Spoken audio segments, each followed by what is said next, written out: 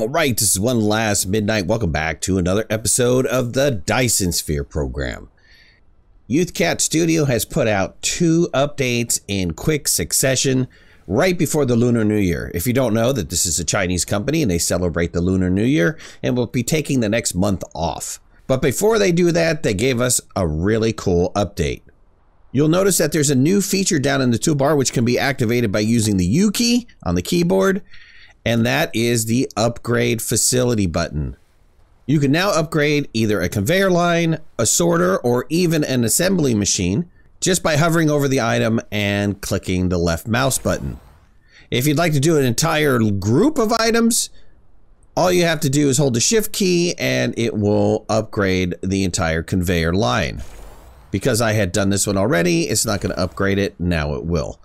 You could also downgrade the entire line by using the down arrow and then using the shift key to revert back to a slower, whether it be conveyor line, sorter, or assembler. And you'll notice right next to the Upgrade Facilities button, there is the Dismantle Facilities. That has made some changes as well. You can either continue to click on just one item to delete it, or if you hold the shift key, you now get rid of a row of items or connected items.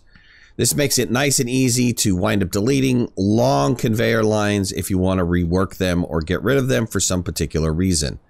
While this feature is very nice, unfortunately, they don't have like a sphere of influence where you can delete several buildings at one point in time.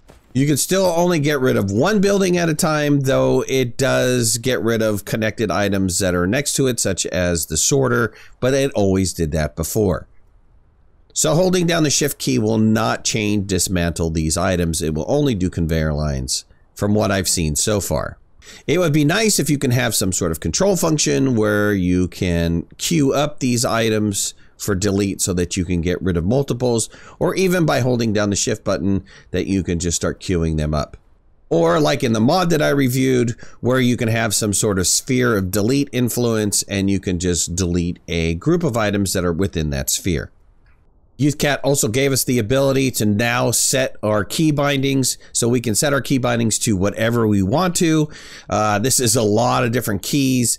But if you have something that you're used to working with, you can definitely set up the key bindings any way you want. There was a change to new game planet generation. When you start a new game, you'll be dropped off very close to 6 copper and 6 iron nodes. The quantity varies. So this will happen in any new game that you start off. You'll have these 6 nodes very close by so you can start working right away. And then your additional resources will be the same. They'll be spread out and they will be random. So your mileage will vary on what you get. Another change in the game is the autosave that happens. The autosave has now been recoded so that it saves directly to the hard disk and is no longer taking up that memory space where it did before, to make it a little bit easier and faster when you perform a save.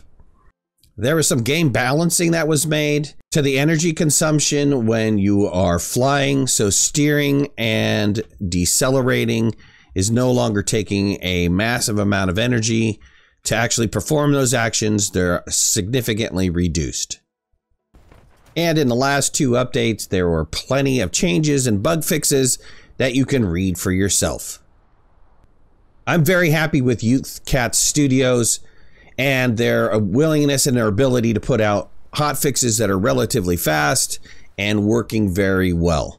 And I look forward to the new content in the future. Well, I hope you guys enjoyed this short video. If you did, hit that like button. If you're not a subscriber, please subscribe. I'd love to have you in the community. If you want to follow me on any of my social media, you can find the links in the description below, and make sure to hit that notification bell. That way you know when I go live and when I post new videos.